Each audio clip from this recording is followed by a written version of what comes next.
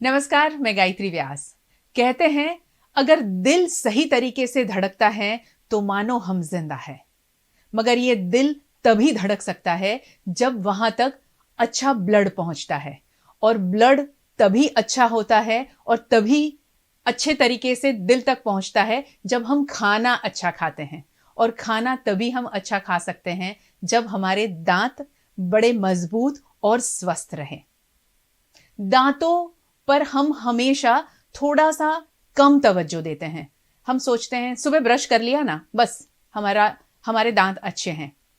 मगर जब आप हंसते हैं और दांत में कहीं कुछ गड़बड़ नजर आती है तो आप दुखी हो जाते हैं, मायूस हो जाते हैं और सोचते हैं यार मेरी स्माइल बिगड़ रही है क्योंकि मेरे दांत, मेरे टीथ अच्छे नहीं हैं। आज हम बात करेंगे ओरल हाइजीन और दांतों की देखभाल के बारे में।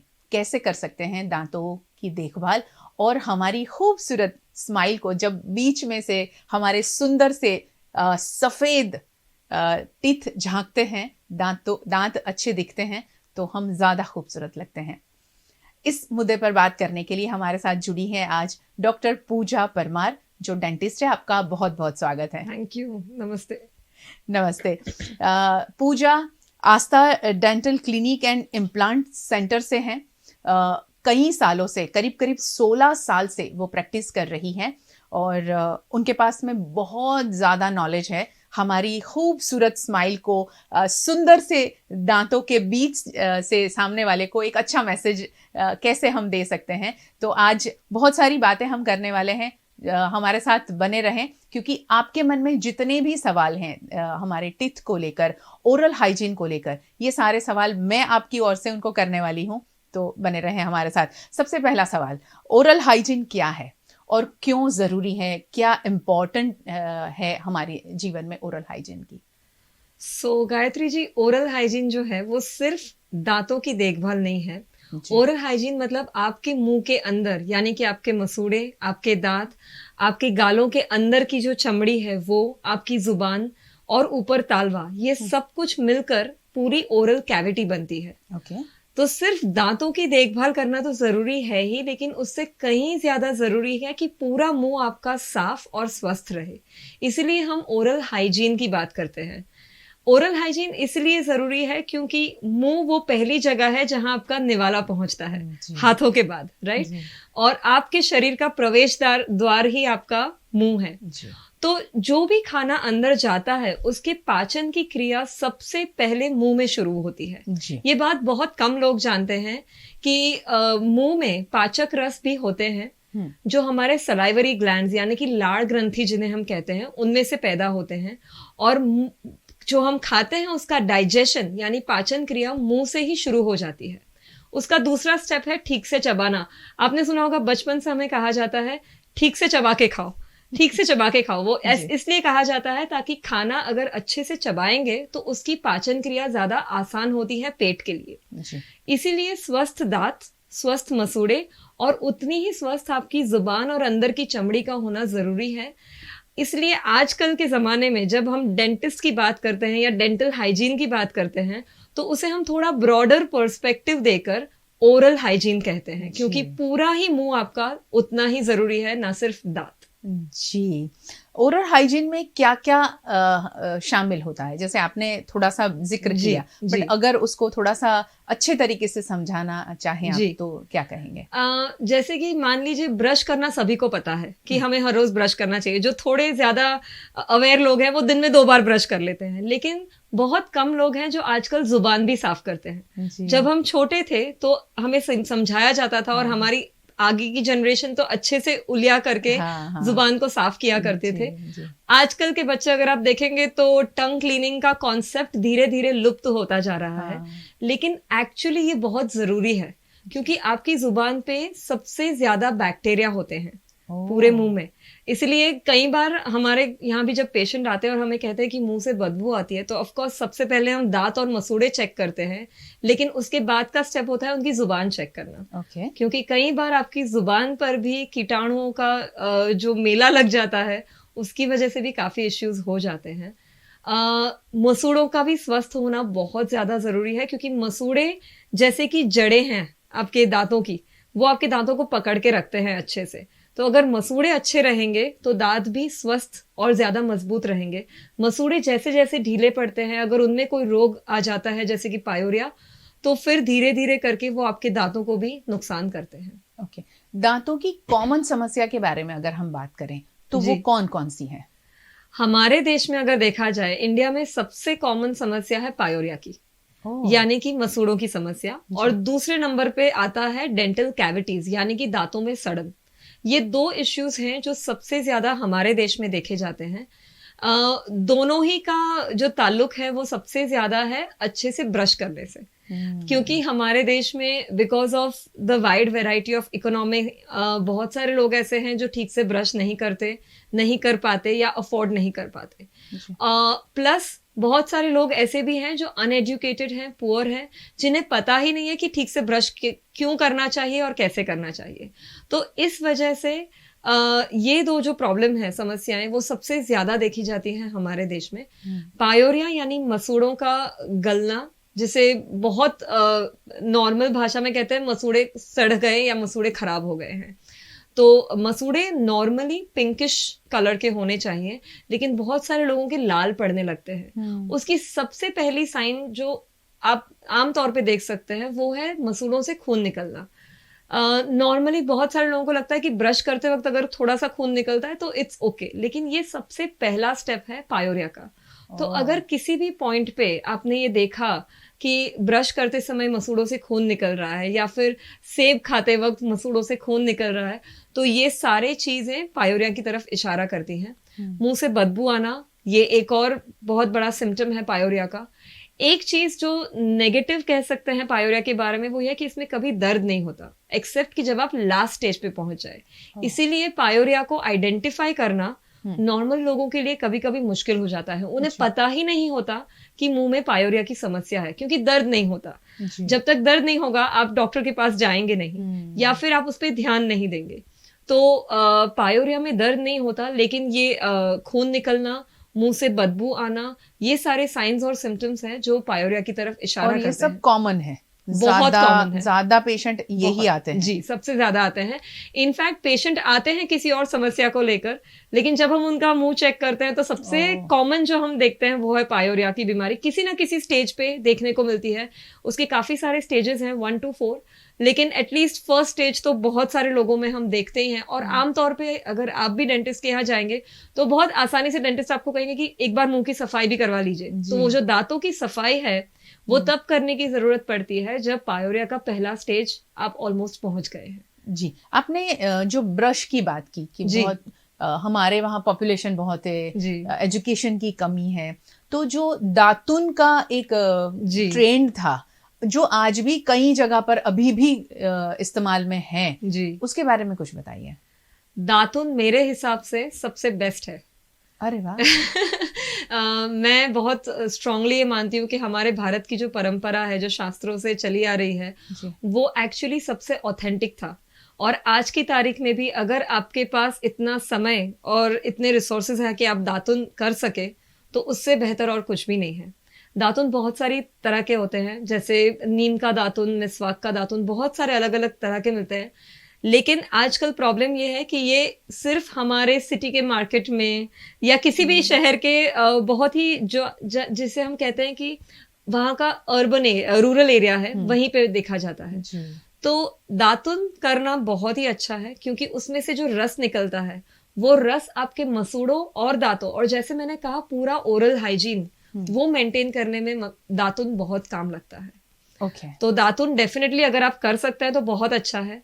आई वुड सजेस्ट कि पर्सनली पूरा साल अगर आप ना भी कर सके, हफ्ते में 2 दिन भी अगर आप दातुन कर सके तो भी ये एक नई क्रांति होगी, और उससे हम हमारे देश की कई तरह से मदद कर सकते हैं इकोनॉमिकली।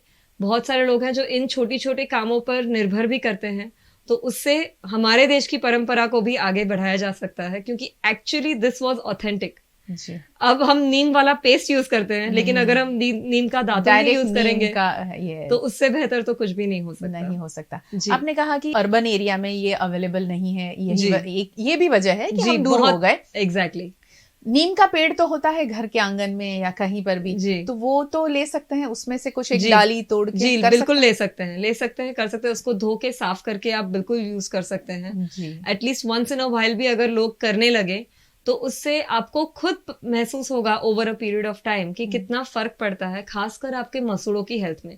और वो जब हम चबाते हैं, ऐसी दातुन करने का एक तरीका होता है कि आप उसको मुंह में रखिए, उसको चबाइए, पीछे के दांतों से चबाते हैं, तो ये पूरा जो मस्कुलेचर है हमारे मुंह के आसपास के सारे जो स्नायु हैं उनको एक बहुत अच्छी एक्सरसाइज मिलती है। अब क्या हो गया है वेस्टर्न कल्चर में, दातुन को निकाल के हम च्युइंगम खाने लगे हैं जी, जी। जिसमें शुगर होता है, जो हाँ। वैसे भी आपके दांतों के लिए या मुंह के लिए अच्छा नहीं है। जी। लेकिन दातुन से आप उसको चबाएंगे तो पूरे मसल्स की एक्सरसाइज होती है, आपके दांत मजबूत होते हैं, उसका जो रस है वो सीधा मसूड़ों में जाता है और वहां से डायरेक्ट ब्लड सप्लाई में जाता है। तो ये पूरा जो प्रोसेस है जिसको हमारे पूर्वजों ने बनाया है वो एक्चुअली इतना रिच है। जैसे अब वेस्टर्न लोग भी योग की तरफ आ रहे हैं, वैसे I would be very happy अगर आजकल के जमाने के लोग फिर से दातुन की तरफ जाएं तो बहुत जाएं। बहुत बढ़िया होगा। जी कुछ लोगों को ऐसे बात करते हुए सुना है कि हर हफ्ते में एक बार यानी रविवार जो हमारे छुट्टी का जी दिन होता है, तो बोले मैं नमक से दातुन करता हूँ, हाँ नमक जी का इस्तेमाल जरूर करता हूँ, करता हूँ या करती जी हूँ, तो इसके बारे में कुछ बताइए, कितना सही है? एक्चुअली बहुत सारी ऐसी परंपराएं हैं जो पुराने जमाने से चली आ रही हैं। एक है नमक के पानी के गुल्ले गरारे करना, करना। जी गरारे करना, जी। और दूसरा उसी की तरह है नमक को घिसना दांतों हाँ पे। जी। सी बेसिकली नमक जो है वो definitely it is a preservative and it is also a cleaning agent. मतलब वो आपके दांतों को डेफिनेटली क्लीन तो करेगा ही। पुराने जमाने में हम उंगली से नमक जी, लेकर जी। करते थे। यस। अब नया जो साइंस है वो ये कहता है कि उंगली का इस्तेमाल करना ठीक नहीं है दांतों ब्रश के से लिए। करें। ब्रश से कर सकते हैं, डेफिनेटली आप हफ्ते में एक बार कर सकते हैं, कोई दिक्कत नहीं है। लेकिन पुराने जमाने में ये ज्यादा रेलेवेंट था क्योंकि तब हमारा खाना बहुत सादा सिंपल हुआ करता था। अब जब हम पिज्जा बर्गर चीज की तरफ जाते हैं, जब हम कोल्ड ड्रिंक्स और बेवरेजेस पे जीते हैं, तो ये तरीका थोड़ा सा इररेलेवेंट रहता है। यानी कि सिर्फ नमक का उपयोग काफी नहीं होगा आपके पूरे ओरल हाइजीन के लिए। तो आई वुड सजेस्ट अगर आपको ये करना ही है जी। तो आप ऐसा कर सकते हैं कि नमक से कर लिया, लेकिन उसके साथ एक बार ब्रश भी घुमा दिया। करना भले ही पड़ेगा। आपको पेस्ट नहीं यूज करना है, लेकिन सिर्फ ब्रश भी पानी वाला करके अगर आप अच्छे से क्लीन कर लेंगे, इट इज इनफ। जी या। जी।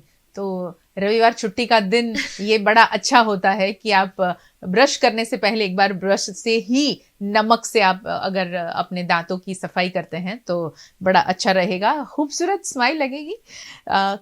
कैविटी के बारे में आपने बात की जी, कैसे पहचाने कैविटी को?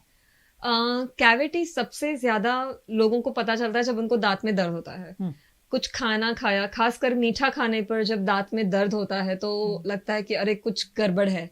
और ज्यादातर लोग ये करते हैं कि यहाँ से दर्द हो रहा है तो कोई बात नहीं, मैं दूसरी तरफ से खा लूंगा और इसी तरह ह्यूमन मेंटालिटी है। जी उस तरह से वो कैविटी और ज्यादा डीप होती रहती है। देखने में सबसे आसान तरीका है कि आपको आपके दांतों पर काली परत या काला होल नजर आएगा, brownish, it is either dark brown और समटाइम्स ब्लैक। वो देखकर कैविटी को पहचानने का सबसे आसान तरीका है। उसके अलावा कैविटी, जैसे मैंने बताया, ठंडा या मीठा खाने पर आपको दर्द होगा। वो दर्द ज्यादा टाइम तक टिकेगा नहीं, लेकिन थोड़ी देर के लिए भी दर्द होगा और अपने आप कम हो जाएगा।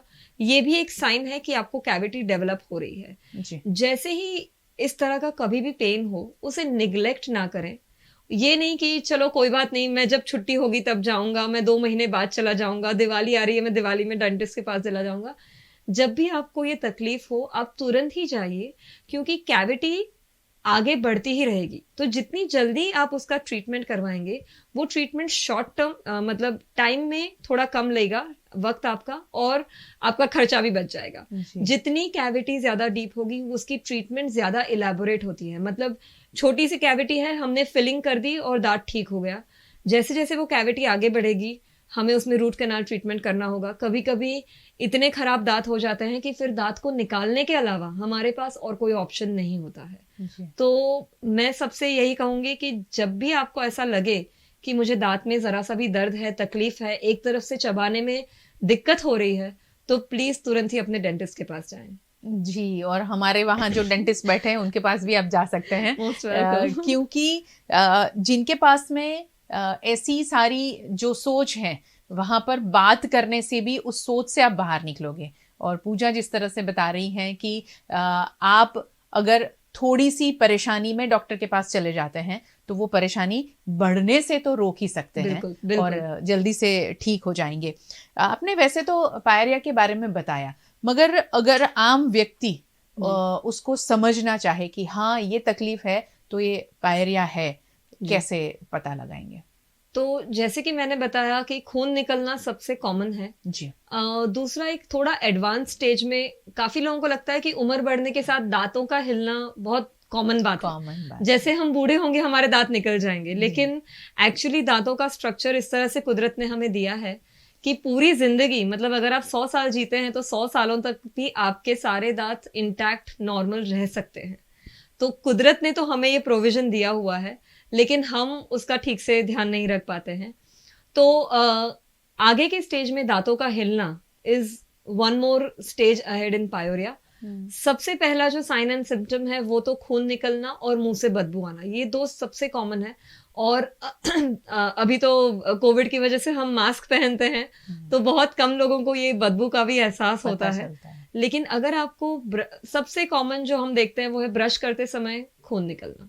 और ये अगर आपको हफ्ते में 2 दिन भी ऐसा लगता है कि मैं ब्रश करता हूँ या करती हूँ और मेरे मसूड़ों से खून निकलता है, तो ये डेफिनेटली पायोरिया का फर्स्ट स्टेज है, आपको डेंटिस्ट के पास जाना चाहिए।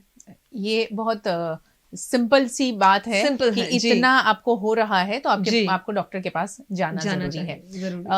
ओरल हाइजीन के लिए एकदम सामान्य सरल उपाय की अगर हम बात करें तो वो क्या है? देखिए 3 या 4 उपाय जो हम हमेशा कहते हैं। सबसे पहला है ठीक से ब्रश करना।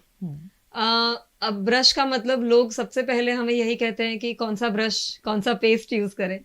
तो सबसे जरूरी है कि आप अच्छा ब्रश लेकर सही तरीके से ब्रश करें। आपका ब्रश करने का तरीका वो बहुत ही ज्यादा जरूरी होता है। बहुत सारे लोग बस नींद में ही सुबह सुबह उठ के ऐसे ही कुछ घुमा के पेस्ट का टेस्ट अपने मुंह में लेकर चले जाते हैं। उनको लगता है कि हमने ब्रश कर लिया।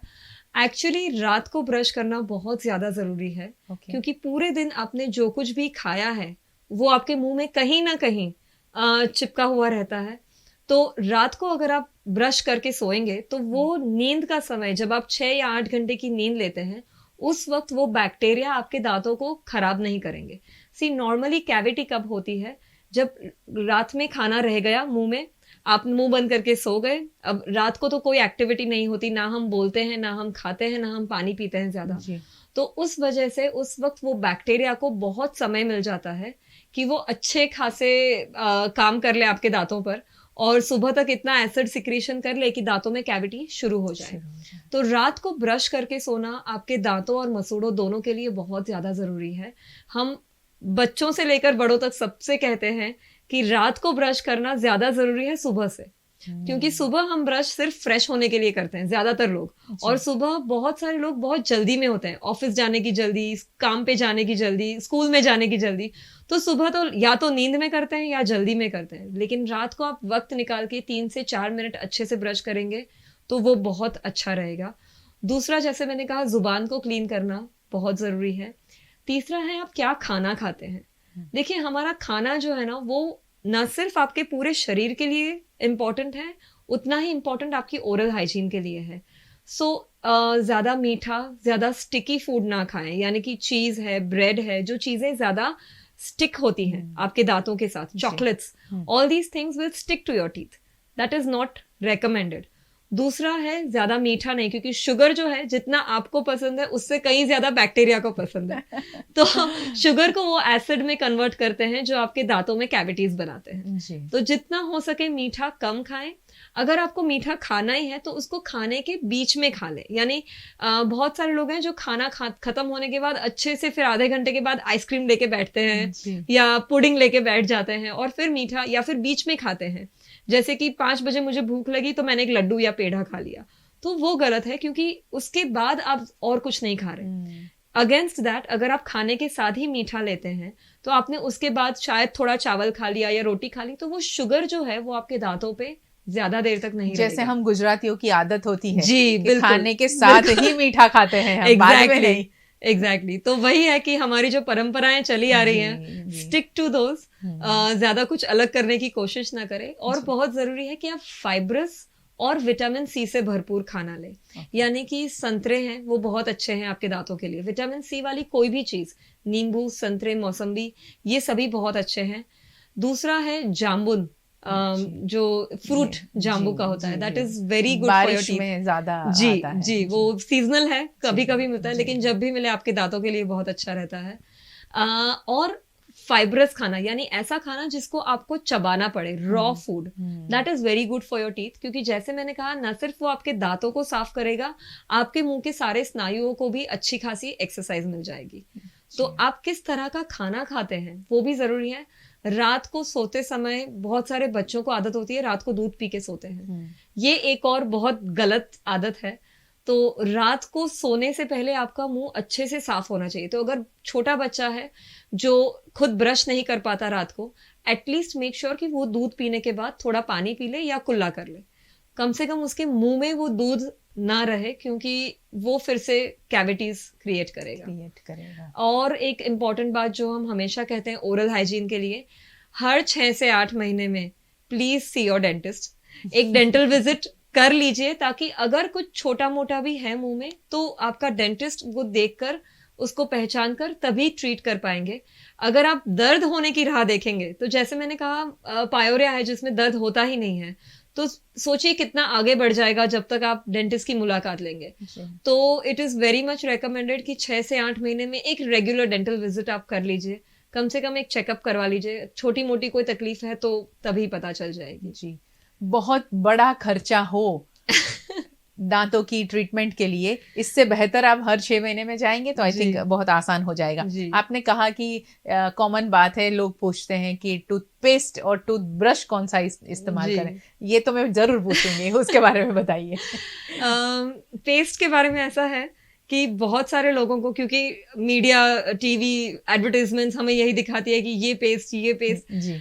एक्चुअली मैं आपको बताऊं कि आपके ओरल हाइजीन के लिए पेस्ट का रोल बहुत छोटा है। उसका इतना ज्यादा काम नहीं है जितनी ज्यादा उसकी एडवर्टाइजमेंट होती है।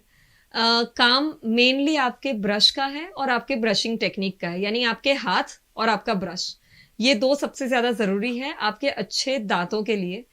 पेस्ट आप चाहे कोई भी यूज करे। 1-2 पॉइंट्स हैं जो आप ध्यान में रखिए। एक तो पाउडर जितना हो सके ना यूज करें। मंजन या पाउडर्स जो मिलते हैं, चाहे किसी भी ब्रांड के हों, बेसिकली पाउडर्स के जो पार्टिकल साइज होती है वो बहुत बड़ी होती है। तो वो आपके दांतों को over a period of time, लंबे समय तक उसे यूज करने से आपके दांत घिसने लगते हैं। Naturally they get abraded. So we recommend कि पाउडर्स जितना हो सके अवॉइड करें। अगर आपको किसी ब्रांड पे, क्योंकि बहुत सारे एक्चुअली अच्छे आयुर्वेदिक पाउडर्स होते हैं, authentic, not the ones which you get in the market, लेकिन बहुत सारे ऐसे आयुर्वेदिक डॉक्टर्स हैं जो मंजन वगैरह इस्तेमाल करने का सलाह देते हैं। अगर ऐसी किसी बात पे आपको विश्वास है कि हाँ ये सच में ऑथेंटिक और अच्छा है, तो भी उसको हर रोज यूज ना करें। उसको आप कभी कभार once in a while use कर सकते हैं उस पाउडर को, but not on a regular basis. That is number 1। Second, paste की ब्रांड वो आपकी चॉइस है, आप कौन सी एड से ज्यादा इम्प्रेस होके लेते हैं, लेकिन जरूरी है कि आप कोई भी तरह का पेस्ट ही यूज करें, ना कि जेल। जेल जो होते हैं वो ज्यादातर सिर्फ माउथ वॉश होते हैं, वो सिर्फ आपको ताजा सांस देते हैं, लेकिन वो आपके दांतों को इतना ज्यादा क्लीन नहीं करते। तो पेस्ट यूज करना है, अच्छा सा ब्रश यूज करना है, बहुत ज्यादा हार्ड नहीं। मेक श्योर कि एक्चुअली हम कभी देखते नहीं, लेकिन ब्रश के पीछे उसकी टाइप लिखी होती है, अल्ट्रा सॉफ्ट, सॉफ्ट, मीडियम और हार्ड। तो ज्यादातर हार्ड ब्रश किसी के लिए भी रेकमेंडेड नहीं होता। अल्ट्रा सॉफ्ट और सॉफ्ट ब्रशेस कुछ कंडीशंस में डेंटिस्ट ही आपको रेकमेंड करेंगे कि आपको इस तरह का यूज करना है। तो on an average use a medium और a soft brush, that is recommended for you. और ब्रश करने का तरीका वो सबसे ज्यादा जरूरी है। ब्रश हमेशा ऊपर नीचे करना है। बहुत सारे लोग यूं बस घिसते रहते हैं आगे पीछे, वो गलत है। आपको ब्रश अच्छे से ऊपर नीचे और पीछे के सरफेसेस पे गोल मूवमेंट करके करना है, ताकि आपके हर दांत की हर सरफेस हर रोज क्लीन हो। ये बहुत ज्यादा जरूरी है। And secondly what is very important is कि आपकी ब्रश जो है वो आप कितने समय पे चेंज करते हैं। एक इम्पॉर्टेंट पॉइंट जो कोविड टाइम्स में आई वुड रेकमेंड इज, अगर आप या आपके घर में कोई भी सदस्य कोविड से इन्फेक्टेड हैं, कोविड इन्फेक्शन खत्म होने के बाद अपना टूथब्रश जरूर से बदलिए। ये बहुत कम लोग जानते हैं और इनफैक्ट किसी भी इन्फेक्शन के बाद it is recommended that you change your brush, क्योंकि ब्रश चाहे आप कितना भी साफ करेंगे उसके अंदर माइक्रो ऑर्गेनिजम्स रह जाते हैं। इसीलिए कहा जाता है कि ब्रश कभी अदला बदली नहीं करना चाहिए। आप अपना ब्रश खुद ही यूज करें। उसी तरह से कोविड इन्फेक्शन के बाद जरूर से अपना टूथब्रश बदले। जी। और otherwise also every 3 to 4 months you have to change your toothbrush, क्योंकि उसके ब्रिसल्स जो है उसका जो रेकमेंडेड शेप साइज होता है वो बदलने लगता है। तो हर 3 से 4 महीने में आपको ब्रश बदलना जरूरी है। अगर आपको लगता है कि मैं तो हर महीने ब्रश बदल देता हूँ, तो वो भी गलत है। और अगर आप 6 महीने तक एक ही ब्रश यूज करते हैं तो वो भी गलत है। उसके सिस्टम के हिसाब से आप उसे बदलें। आपने माउथ वॉश की बात की जी, तो कई लोग ऐसा होता है कि माउथ वॉश स्प्रे यूज करते हैं जी, कहीं किसी को मिलने जा रहे हैं, मीटिंग में जा रहे हैं तो वो स्प्रे कर दिया, ये कितना सही है? मेरे हिसाब से तो नहीं है सही। एक्चुअली जैसे मैंने कहा, बहुत सारी चीजें हम वेस्ट से लेकर आए हैं। माउथ वॉश, च्युइंगम्स, ये सब कुछ उसी की देन है। वहां पे बहुत शॉर्टकट है लोगों के पास कि सुबह उठा, लिस्ट्रिन का गरारा कर लिया और काम पे चल दिए। It's a shortcut which the western people use, but it is definitely not recommended. At least I will not personally recommend it. जरूरी इसलिए है क्योंकि माउथ वॉश सिर्फ आपको फ्रेशनेस देता है, स्पेशली जो आपको ओवर द काउंटर यानी कि जो आपको बाजार में प्रोविजन स्टोर या केमिस्ट के स्टोर पे मिलते हैं, वो ज्यादातर माउथ वॉश सिर्फ फ्रेशनेस देते हैं। हाँ, अगर किसी डेंटिस्ट ने आपको प्रिस्क्राइब करके दिया हुआ है माउथ वॉश, तो वो किसी और रीजन से दिया होगा। यानी कि मान लीजिए अगर पायोरिया है किसी पेशेंट को, तो हम बहुत फ्रीक्वेंटली उसे कुछ माउथ वॉश देते हैं कुछ हफ्तों तक यूज करने के लिए, लेकिन वो भी ज्यादातर लाइफ लॉन्ग नहीं होता है। So it is a medication which is to be used under specific circumstances, not like कि आज मुझे ब्रश करने का बहुत कंटाल आ रहा है, चलो मैं माउथ वॉश करके निकल जाता हूँ। वो गलत रहेगा।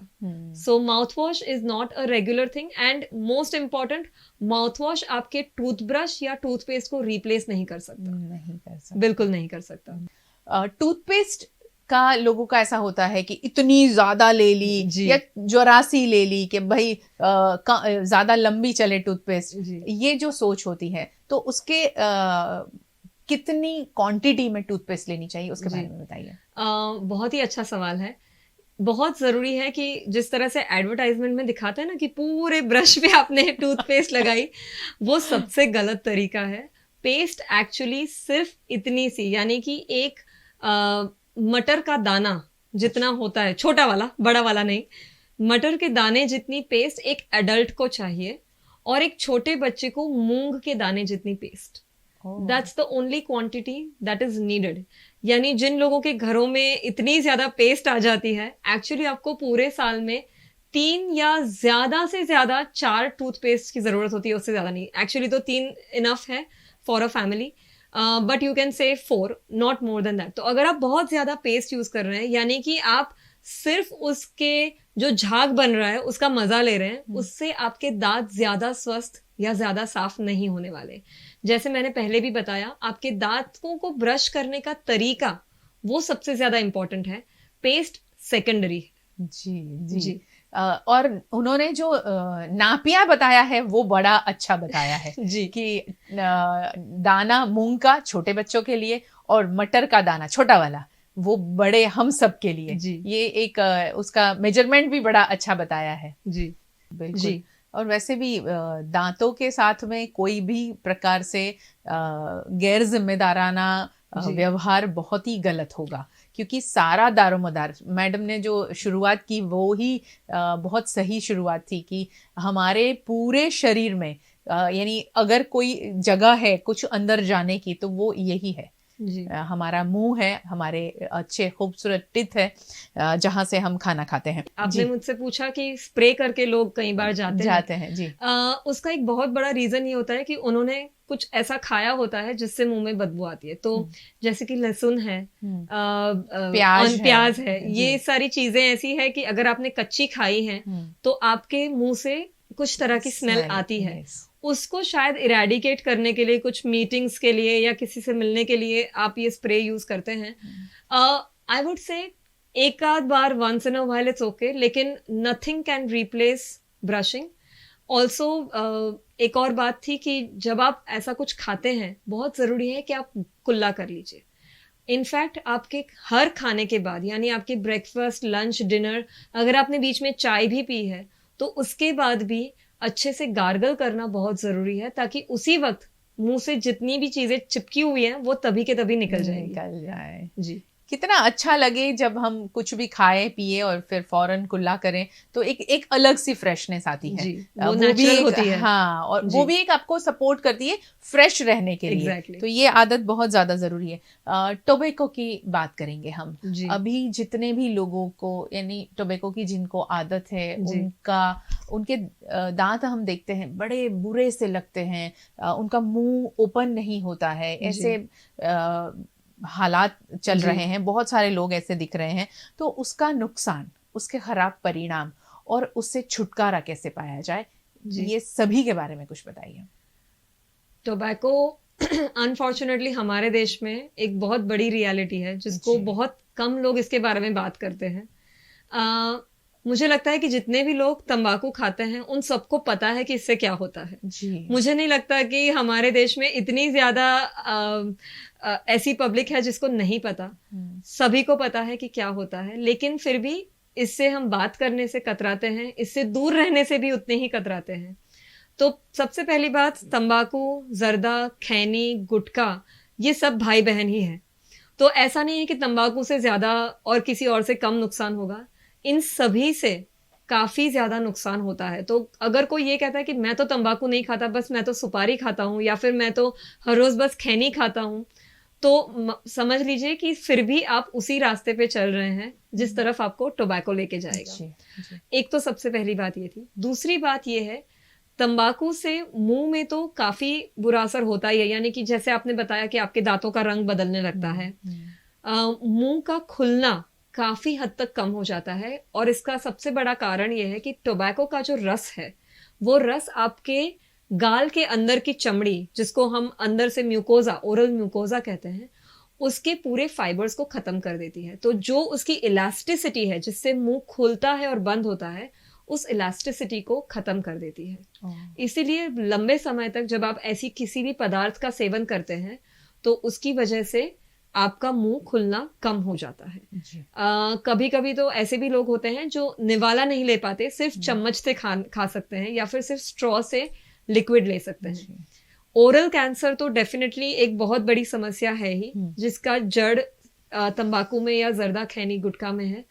उसके अलावा और उसके पहले भी बहुत सारे ऐसे स्टेजेस हैं जो उतने ही ज्यादा नुकसानकारक है आपके मुंह के लिए। ना सिर्फ मुंह के लिए, आपके पूरे शरीर के लिए। तंबाकू एक ऐसा जहर है जो धीरे धीरे धीरे करके आपके पूरे शरीर को खत्म करता है। चाहे आप स्मोकिंग कर रहे हैं या उसे चबा रहे हैं, दोनों ही तरीके में वो उतना ही ज्यादा हानिकारक है। आपके पूरे शरीर में उसका रस फैलता है। बहुत सारे लोग कहते हैं कि मैं तो थूक देता हूँ। तो जो लोग थूकते हैं उनको मैं बताना चाहूंगी कि एक तो आप पर्यावरण को नुकसान कर रहे हैं, आप अपने इतने अच्छे देश को, उसके रास्तों को, उसकी बिल्डिंगों को खराब कर रहे हैं, खराब कर दिया है। उसके अलावा भले ही आप उसे थूक रहे हैं, फिर भी उसका काफी सारा रस आपके शरीर में तो जाता ही है। और बहुत लोगों को ये भी आदत होती है कि उसको मुंह में कहीं एक जगह दबा के रखते हैं, मतलब पूरा दिन वो वहीं पे रहता है, और वो रस धीरे धीरे धीरे करके उस जगह पे ओरल कैंसर शुरू कर देता है। तो ओरल कैंसर का एक बहुत बड़ा रीजन ये होता है कि तंबाकू को एक ही जगह पे आपने रखा और लंबे समय तक, कुछ घंटों तक, बहुत सारे दिनों तक आपने उसे वहीं पे रखा। बहुत से लोगों को आपने देखा होगा, आदत होती है। तो ये बहुत ही बुरा है आपके मसूड़ों के लिए, आपकी स्वस्थता के लिए, हर तरह से। छुटकारा पाने के लिए कुछ है उपाय? जी सबसे बड़ा उपाय तो यह है कि आप एक बार सोच लीजिए और मन बना लीजिए कि अब मुझे इस बुरी आदत को छोड़ना है। जी। सबसे पहली शुरुआत आपके मन से होती है, क्योंकि ये जो व्यसन है, व्यसन बहुत ही हद तक सिर्फ मेंटल होता है, यानी साइकोलॉजिकल होता है। मुझे ऐसा लगता है कि अगर मैंने ये नहीं खाया तो मैं अपना काम ठीक से नहीं कर पाऊंगी। बहुत सारे लोग हैं जो मोनोटोनस जॉब करते हैं, यानी आप देखेंगे हमारे शहर में रिक्शा ड्राइवर्स हैं या ट्रक ड्राइवर्स हैं जो पूरा दिन बस उनको एक ही काम करना है, ड्राइविंग इज उनके लिए रोज की बात हो गई, तो वो मुंह में गुटखा रख के बस चलाते रहते हैं। इवन पूजा, अभी तो ऐसा है कि हमारे घर में हमें जो सपोर्ट के लिए जो बहन आती है वो भी खाने लगी है। जी, बहुत सही बात है ना? बहुत सारी औरतें भी इस व्यसन से मुक्ति की उन्हें जरूरत है। तो सबसे पहला है, आप अच्छे से समझिए कि ये चीज आपके लिए कितनी ज्यादा हानिकारक है, ताकि उससे आपके मन को आप ये समझा पाएंगे कि अब मुझे इसे छोड़ना है अपने लिए और अपने अपनों के लिए। तो पहली बात वहां से शुरू होती है। दूसरा है, बाजार में ऐसे बहुत सारे प्रोडक्ट्स अवेलेबल हैं जो आपको हेल्प कर सकते हैं इससे छुटकारा पाने के लिए। क्या होता है कि जब आप लंबे समय तक किसी भी तरीके के तंबाकू का इस्तेमाल करते हैं तो आपका शरीर और आपका दिमाग उसका व्यसनी इसलिए बन जाता है क्योंकि उसके कुछ ऐसे केमिकल्स होते हैं जो आपके ब्रेन पे और आपके शरीर पे कुछ तरह की असर करने लगते हैं। तो उससे छुटकारा लेने के लिए first thing is please go to your doctor, either you go to your general doctor or you can definitely go to your dentist, क्योंकि डेंटिस्ट आपको अच्छे से गाइड कर पाएंगे कि क्या लेने से और कितने समय पे, कितने अंतर पे लेने से आप इस आदत से जल्दी छूट सकते हैं। तो quitting tobacco is definitely possible. कुछ लोग कहते हैं कि मैं तो 20 साल से खा रहा हूं, अब कैसे छूटेगा। यकीन मानिए, अगर आप 40 साल से खा रहे हैं तो भी जिस दिन आपने मन बना लिया कि अब मुझे नहीं लेना है, ये छूटना बहुत ही आसान है और आपका कोई भी डेंटिस्ट या डॉक्टर आपको डेफिनेटली हेल्प करेगा। जिंदगी से छुटकारा मिल जाए, इससे बेहतर है हम टोबैको से छुटकारा पा लें। बिल्कुल। क्यों हम इतनी खूबसूरत जिंदगी को बर्बाद करते हैं छोटी छोटी बुरी आदतों से, और उसे छुटकारा पाना यहाँ से मुमकिन है। और आप सोचते हैं यहाँ से, तो आप यहाँ से सोचना शुरू करें तो छुटकारा मिलेगा। दांतों की ट्रीटमेंट के बारे में लोगों की एक बड़ी विडंबना कहें उसे या भ्रम कहें, जो भी है, कि बहुत महंगी होती है, उसके बारे में बताइए, कितना सही है ये? एक्चुअली 2-3 पासे हैं। सबसे बड़ी बात, हमारे देश में डेंटल इंश्योरेंस कहीं भी कवर नहीं होता। ये एक बहुत बड़ी समस्या है जो जितनी पेशेंट्स को है उतनी ही डेंटिस्ट को भी है, और यही एक बहुत बड़ी वजह है कि डेंटल ट्रीटमेंट थोड़ा बहुत खर्चा ज़्यादा लेती है। दूसरी वजह यह है कि जो डेंटल मटेरियल्स यूज़ किए जाते हैं, जो हम आपके दांतों में सीमेंट यूज़ करते हैं, जो हम आपके दांतों में अलग अलग तरह के मटेरियल्स और इंस्ट्रूमेंट्स यूज़ करते हैं, वो भी काफ़ी ज़्यादा एक्सपेंसिव होते हैं। तो ये एक और वजह है कि लोगों को लगता है कि डेंटल ट्रीटमेंट बहुत एक्सपेंसिव है, and of course it is a very skilful work. तो कुछ डेंटिस्ट ऐसे होते ही हैं डेफिनेटली जो मानते हैं, और सही भी है, कि जो काम वो कर रहे हैं वो इतना ज़्यादा ज़रूरी और इतना बड़ा है कि उस हिसाब से थोड़ा सा खर्चा होता है। लेकिन फिर भी मैं आपको एक बात बताना चाहूँगी, अगर आपने समय पर सही डेंटल ट्रीटमेंट ले ली तो यकीन मानिए वो बिल्कुल भी खर्चाल नहीं होती। क्योंकि इसकी वजह यह है, आप जाते हैं तब जब रूट कैनाल की बारी आ जाए, जब इम्प्लांट की बारी आ जाए। इससे अच्छा है अगर आप रेगुलर डेंटल चेकअप्स करवाएं, अगर आप छोटी छोटी चीज़ों का ध्यान रखें कि अच्छा आज मुझे ये तकलीफ हो रही है, तो आप उसी वक्त जाइए। हमारे पास कितने, और मैं आपको बताऊं कि ये पैंडेमिक में ऐसा बहुत हुआ है क्योंकि बहुत सारे लोगों ने डेंटिस्ट के पास जाना अवॉइड किया है।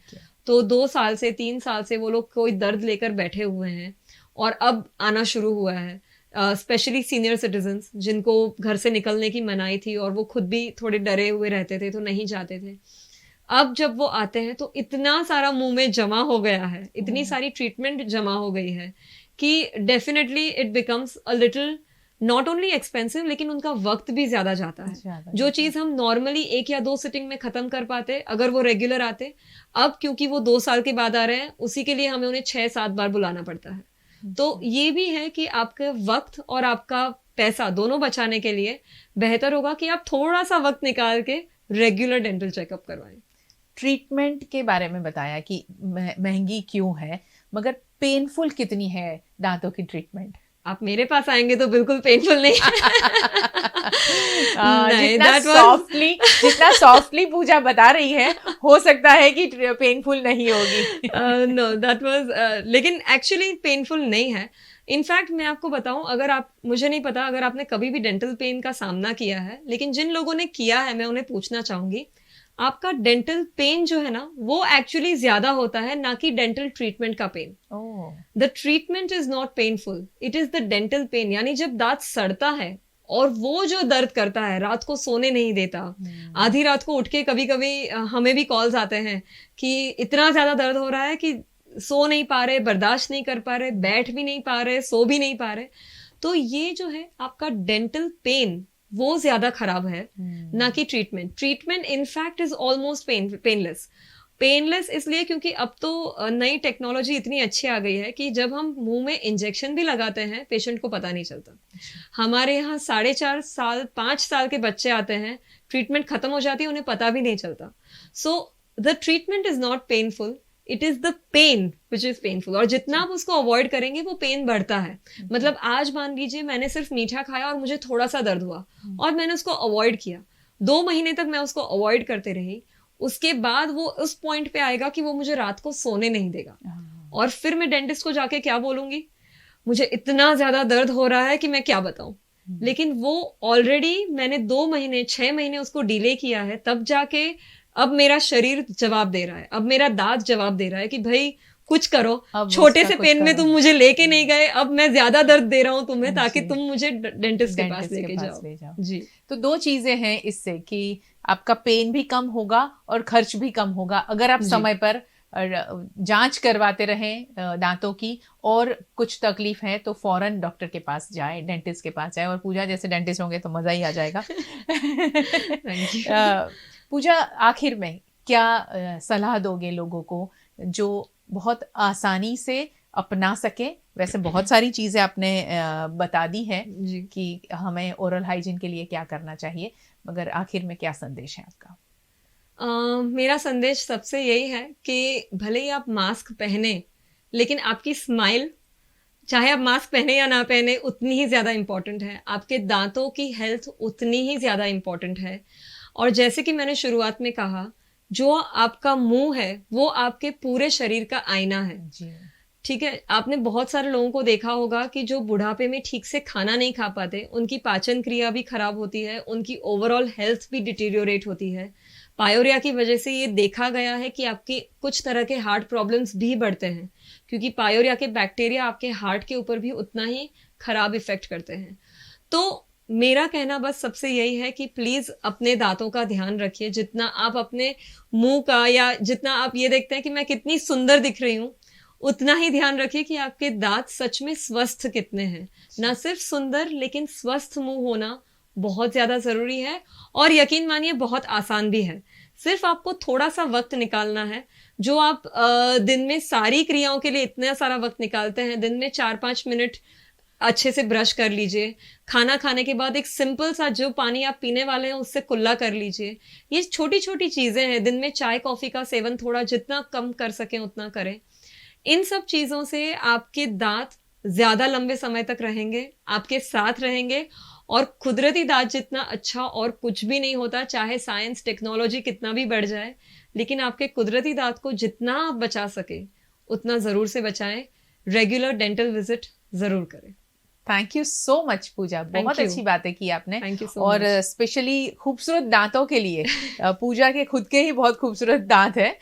Thank you. आपकी स्माइल भी बहुत सुंदर है।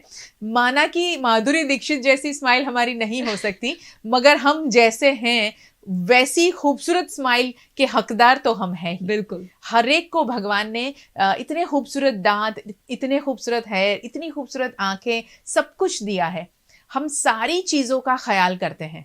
मेरी आंखें बहुत सुंदर दिखे इसीलिए हम काजल करते हैं, बाल अच्छे दिखे पता नहीं तरह तरह के शैम्पू का इस्तेमाल करते हैं, बहुत सारी चीजें करते हैं। तो हम हमारे शरीर को जो अच्छा रख सकता है वो है दांत। हम अच्छा खाना खा सकेंगे क्योंकि हमारे दांत अच्छे मजबूत होंगे और खूबसूरत होंगे, स्वस्थ होंगे, तभी हम पूरे शरीर को स्वस्थ रख पाएंगे। तो दांतों का ख्याल रखना बहुत ज़्यादा ज़रूरी है। और इतनी अच्छी बातें उन्होंने बताई हैं, आप अपनाएं इसे और अपने परिवार में सबको बताएं और दोस्तों में ज़्यादा से ज़्यादा इस बात को पहुंचाएं कि हम हमारे दांतों के प्रति जो गैर जिम्मेदाराना व्यवहार करते हैं वो छोड़ दें, अच्छा ब्रश करने लगे, सबसे बेस्ट आइडिया है, वो कल से ही शुरू कर दीजिए। बहुत बहुत शुक्रिया Pooja. Thank you so much, thank you, thank बहुत यू। मजा आया एंड आई होप ये लोगों को भी जरूर मदद करेगा किसी ना किसी तरह से। बिल्कुल। So thank you so much for the opportunity. Thank you और आप सबका भी बहुत बहुत शुक्रिया हमारे साथ जुड़ने के लिए। वीएनएम टीवी का यूट्यूब चैनल सब्सक्राइब करें, वीएनएम टीवी फेसबुक पेज को लाइक करें, VNM TV Insta, Twitter, VNM TV का वेबसाइट है जहां आप खबरें पढ़ सकते हैं, देख सकते हैं और ओटीटी प्लेटफॉर्म के जरिए हम दिन भर आपके लिए लेकर आते हैं खबरें और ऐसी खास चर्चा। जुड़े रहे वीएनएम टीवी के साथ। नमस्कार।